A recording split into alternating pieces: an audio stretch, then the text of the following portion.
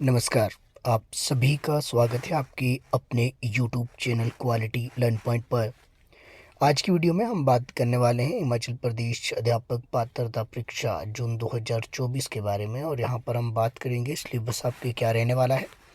इसमें हम साइकोलॉजी का सिलेबस आपके लिए लेकर आए हैं और साथ में आपके पास जो टीजीटी आर्ट्स वाले स्टूडेंट हैं, साइकोलॉजी का सेक्शन तो वैसे आपके लिए सभी के लिए रहेगा, टीजीटी जीबीटी और आपके पास मेडिकल नॉन मेडिकल सभी के लिए आपके पास देखने को मिलेगा।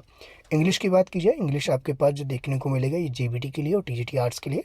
और इसके अलावा आपके पास एसएसटी सेक्शन टीजीटी आर्ट्स वालों के लिए, और यही एसएसटी सेक्शन नॉन मेडिकल और जो आपकी मेडिकल है उनका जीके सेक्शन यहाँ से बन जाता है। टॉपिक वाइज हम देख लेंगे। जैसे मैं कहता भी हूँ कि टॉपिक वाइज आप स्टडी कीजिए, और एचपीटेट आपके बहुत हाई लेवल का कोई एग्ज़ाम नहीं है, बहुत इजी एग्ज़ाम है। और ये मैं आपके अपने एक्सपीरियंस के बेस पर कह रहा हूँ, क्योंकि अभी तक मैंने लगभग 4 बार आपके पास टीजीटी का जो है दे दिया है और 4 बार क्लियर है। जीबीटी का 1 बार दिया था, वो आपके क्लियर है। टेट सीटेट आपके पास सीटेट का पेपर 1 पेपर 2 दोनों क्लियर है। तो अपने एक्सपीरियंस के बेस पर कह रहा हूँ, ये टॉपिक है, इस तरह से आप टॉपिक वाइज स्टडी कर सकते हैं। बहुत ज़्यादा आपको पढ़ने की आवश्यकता नहीं होती है, सिर्फ आपको रेलेवेंट और पॉइंट टू पॉइंट आपको देखना होता है। तो इन सब के बारे में बात करेंगे, कुछ और एक्स्ट्रा बातें आपको मैं यहाँ पर बताने वाला हूँ। चलिए ये वाली बातें हम कर लेंगे, क्या क्या आपके पास कैसे कैसे हैं। यहाँ पर साइकोलॉजी सेक्शन की अगर मैं बात करूँ, अभी जो आपके पास लास्ट 3 एग्ज़ाम हुए हैं उसमें एक चीज़ नोटिस क्या की गई है, जो आपके पास थ्योरी सेक्शन है यहाँ से जो क्वेश्चन आपके बने थे जून 2021 तक के एग्ज़ाम में, थ्योरी वाले सेक्शन से अधिकतर क्वेश्चन थे। तो थ्योरी वाला जो पैटर्न है वो थोड़ा सा अब यहाँ पर चेंज होने लग गया है। हालांकि एक सेक्शन, चाहे आप मानकर चलिए जीबीटी को, चाहे टीजीटी को, या फिर आपके पास मेडिकल या फिर नॉन मेडिकल को, एक सेक्शन को आपके थ्योरी सेक्शन पूछा जा रहा है हर बार। हालांकि सभी के लिए नहीं है। पहले क्या होता था कि अगर जीबीटी वालों को कोई एक एग्ज़ाम में क्वेश्चन पूछ लिया गया तो वही सेम पैटर्न का आपके पास टीजीटी को भी आता था क्वेश्चन, लेकिन क्वेश्चन थोड़ा अलग आता था। और सेम आपके पास मेडिकल नॉन मेडिकल। अब ऐसा नहीं हो रहा है। अब क्या हो रहा है कि आपके पास क्वेश्चन जो है वो अलग अलग पूछे जा रहे हैं। जैसे कि आपके पास इस बार नॉन मेडिकल का अगर आप एग्ज़ाम देखिए या जीबीटी का देखिए, तो उसमें थ्योरी सेक्शन था। जो भी हाल ही में एग्ज़ाम हुआ दिसंबर 2023 वाला, उसमें थ्योरी सेक्शन आपके पास था। तो इस बार जो थ्योरी सेक्शन है वो मेडिकल और टीजीटी आर्ट्स के लिए आपके पास एक्सपेक्टेड है। जहाँ तक मेरा अपना एक्सपीरियंस कहता है कि इस बार थ्योरी सेक्शन पर ज़्यादा आपने ध्यान देना है। दूसरी बात, यहाँ पर थ्योरीज कौन कौन सी है वो मैंने और कई बारी सारी वीडियोस के अंदर मैंने बताई है। चाहे आपके पास क्लासिकल है, ऑपरेंट है, आपके पास पियाजे की है, आपके पास चाहे कोई आपके पास पर्सनैलिटी से रिलेटेड है, इंटेलिजेंस से रिलेटेड है, चाहे कोई आपके पास जो पर्सनैलिटी का रिलेटेड टेस्ट है, ये सारी चीज़ें या मॉडल वगैरह जो भी है, 2 फैक्टर थ्योरी और आपके पास यूनिफैक्टर एक्सेट्रा एक्सेट्रा, ये सारी थ्योरीज के अंदर आपका कवर हो जाता है। बाकी जो है IQ फार्मूलाज वगैरह। अच्छा, एक और प्रश्न आपके पास रहता है कि आपके पास साइकोलॉजी सेक्शन के लिए एक तो बुक का आपके पास रहता है, दूसरा रहता है कि साइकोलॉजी सेक्शन में डायरेक्ट क्वेश्चन कितने तक बन जाते हैं। अगर आप जो है प्रिपरेशन सही से करते हो, और अगर अपने पास ये जितने टॉपिक मैंने यहाँ पे इंक्लूड किए हैं, आप इन टॉपिक को देख सकते हैं। अगर आप अपने लेवल पर आपकी तैयारी करना चाहते हैं तो डेफिनेटली इनको आप फॉलो करना। और प्रीवियस ईयर क्वेश्चन पेपर आपके पास लास्ट जो है 5 एग्ज़ाम के देख लेना। लास्ट 5 एग्ज़ाम से पुराने देखने का बेनिफिट इसलिए नहीं है क्योंकि सिलेबस में बहुत ज़्यादा वेरिएशन आपके आ जाता है।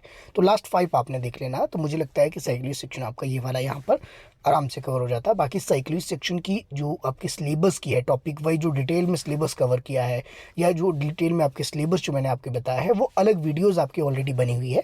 आप क्या किया करो कि जैसे आपके पास साइकोलॉजी का सिलेबस आपको चाहिए, तो आपको सीधा लिखना होता है एचपीटेट साइकोलॉजी सिलेबस, आगे आपने क्वालिटी लर्न पॉइंट लिख देना है। तो जितनी वीडियोस आप मेरी देखना चाहते हो किसी भी टॉपिक पर रिलेटेड टू एचपीटेट एग्जाम, तो आप उसके आगे क्वालिटी लर्न पॉइंट लिख दिया करो, वो वीडियोस आपके आ जाती है। टीजीटी आर्ट्स कमीशन का सिलेबस आपने देखना है तो कमीशन सिलेबस आपने सर्च किया और साथ में क्वालिटी लर्न पॉइंट लिख दिया। जीबीटी का भी वैसे ही आपके पास है। तो ये एक मेथड रहता है अगर आप जो है मेरी वीडियोस के थ्रू आपको आगे गो थ्रू करना है।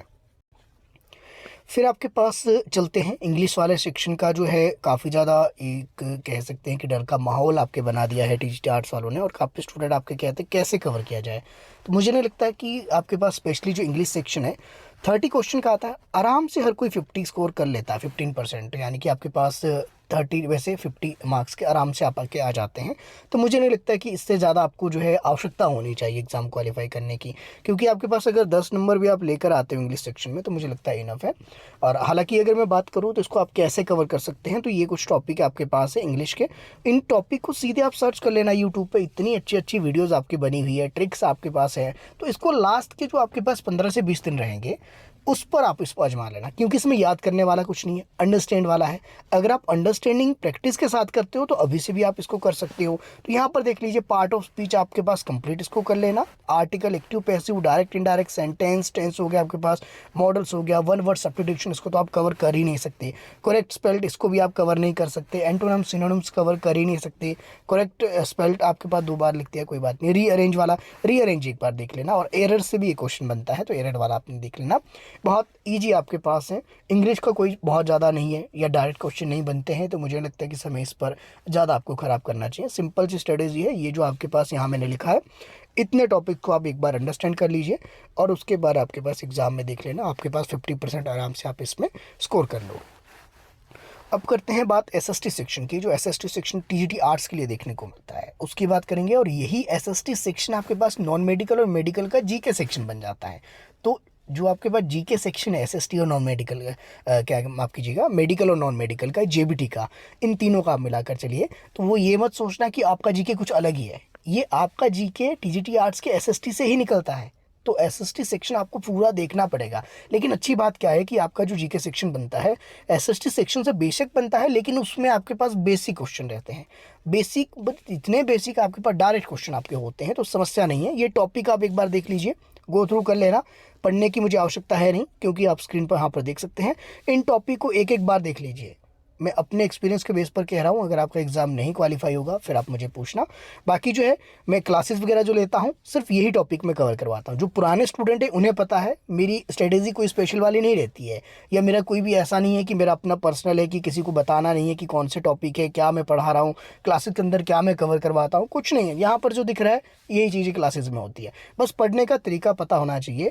आपको ये पता होना चाहिए कि अलग, अगर आपके पास जीके सेक्शन में पहला जो टॉपिक है, अगर आपके पास ये लिखा है कि यहाँ पर अलग अलग राज्यों के नृत्य है, अब इसका आपको एक चीज़ समझ आ जानी चाहिए, इतनी अंडरस्टैंडिंग आपको प्रीवियस क्वेश्चन पेपर से लग जाएगी कि अलग अलग राज्यों के नृत्य हैं, तो कौन से नृत्य हैं, क्या ये लोक नृत्य हैं, क्या ये शास्त्रीय नृत्य हैं। तो ये बात जब आपको अंडरस्टैंड हो गई फिर आपका एग्ज़ाम क्वालिफाई करने से कोई रोक नहीं सकता।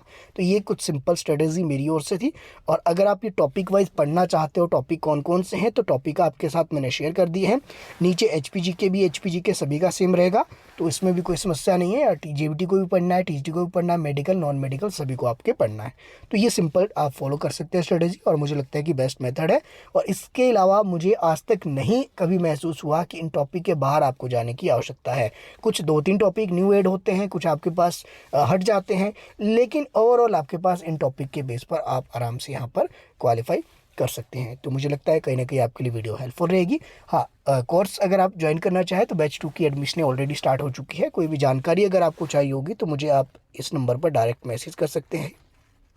ये नंबर आपके पास रहेगा, व्हाट्सअप नंबर 9817783916। और इसी जो आपके पास जो मैंने टॉपिक शेयर किया है, इसी के बेस पर, इसी के बिहाफ पर नोट्स भी अवेलेबल है, वो भी आपके पास इसी नंबर पर आप जो है मुझे मैसेज करके अगर आप चाहें तो उनको भी आप फॉलो कर सकते हैं। तो अगर आप नोट्स लेते हैं तो मुझे लगता है किसी बुक्स वगैरह की भी आपको आवश्यकता होगी, क्योंकि नोट्स आपके कंप्लीट देखने को मिलेंगे टीजीटी आर्ट्स के लिए। मेडिकल, नॉन मेडिकल और जेबीटी के लिए आपके पास साइकोलॉजी और जीके सेक्शन आपका रहेगा। जीके में इंडियन जीके भी रहेगा, एचपीजी के भी आपका इंक्लूड इसमें रहेगा। बाकी कोई और जानकारी तो मुझे आप मैसेज कर सकते हैं, बाकी आप चाहें तो यहाँ पर मेरे साथ बने रह सकते हैं।